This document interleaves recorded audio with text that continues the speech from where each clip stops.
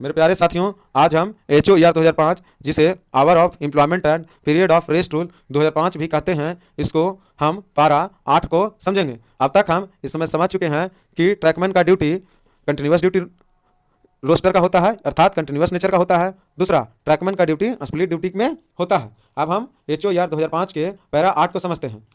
Where railway servant are required to perform split duty, जहाँ railway servant को split duty करने का जरूरत हो, such duty shall be subject to the following condition. वैसा duty में निम्नलिखित कंडीशन होगा, निम्नलिखित शर्त होगा। जहां रेल सेवकों से विभाजित ड्यूटी अर्थात स्प्लिट ड्यूटी का अनुपालन करने की अपेक्षा हो, वहां ऐसी ड्यूटी निम्नलिखित शर्तों के अधीन होगी। तो हम पहले बता चुके हैं ट्रैकमैन का ड्यूटी स्प्लिट ड्यूटी में होगा। तो HOER 2005 के पैरा 8 के अनुसार कितना कंडीशन है? 2 कंडीशन है। तो पहला कंडीशन है ए में, the spell of duty shall not exceed 3 and the number of break shall be limited to 2।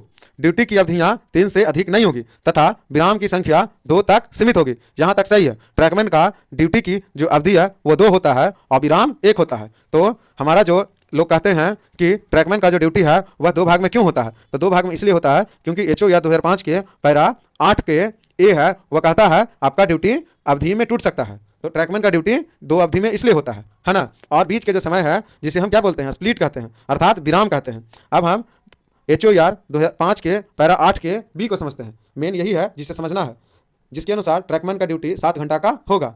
In case of unemployment of continuous nature, अगर किसी कर्मचारी का एम्प्लॉयमेंट कैसा हो, कंटिन्यूस नेचर का हो, तो हम पहले बता चुके हैं ट्रैकमैन का जो ड्यूटी है उसका प्रकृति है वह कैसा है, कंटिन्यूस है। The railway servant whose place of residence is beyond 1.6 kilometre from the place of duty, तो है ना, द रेलवे सर्वेंट उस रेल सेवक के लिए जिसका निवास स्थान ड्यूटी स्थल से 1.6 किलोमीटर से अधिक दूरी पर है ना।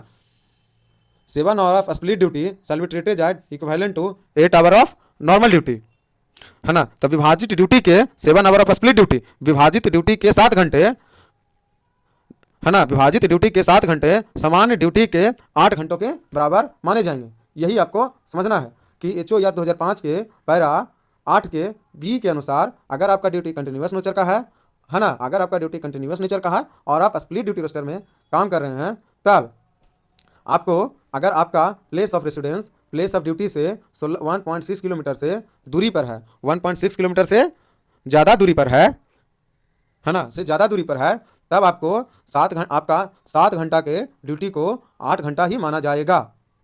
7 hour of split duty, split duty के 7 घंटा, है ना, स्प्लिट ड्यूटी के 7 घंटा shall be treated as equivalent to 8 hour of normal duty.